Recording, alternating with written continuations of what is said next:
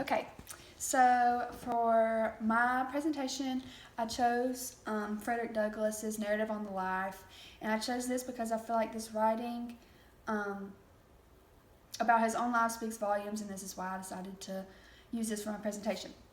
Okay, so I created 4 sections like of his life going counterclockwise, and the first being like when he's like his early stages of slavery. And then the second one is like when he's learning to read from Mr. Hughes' wife. And then once he told her she couldn't do that anymore, he learned from children in Baltimore. So then after this, he goes to live with Mr. Covey for a year.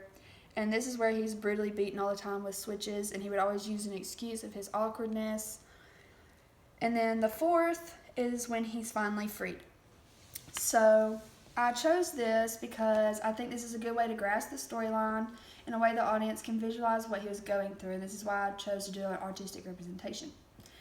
I used poster board, obviously, and I used pencil to like outline everything, and then black colored pencils, and I used brown for his skin and black for the chain and red obviously to signify the blood. And then I also wrote like when he was learning to read, how to read a beginner's guide, because like this is signifying like when he learned to read.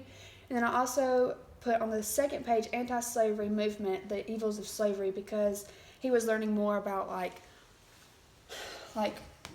why he would want to be free and how like terrible slavery was.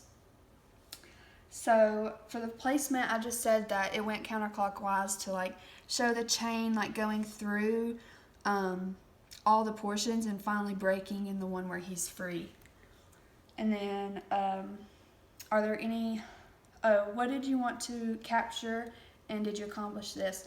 I said I wanted to capture the gruesome, severe stages of his life and how he overcame all this to become an author, and I think that I did accomplish this. Are there any modern day examples represented in your project? And I said no. And then the last question was, did the author / work / literary movement hit home with you in any way?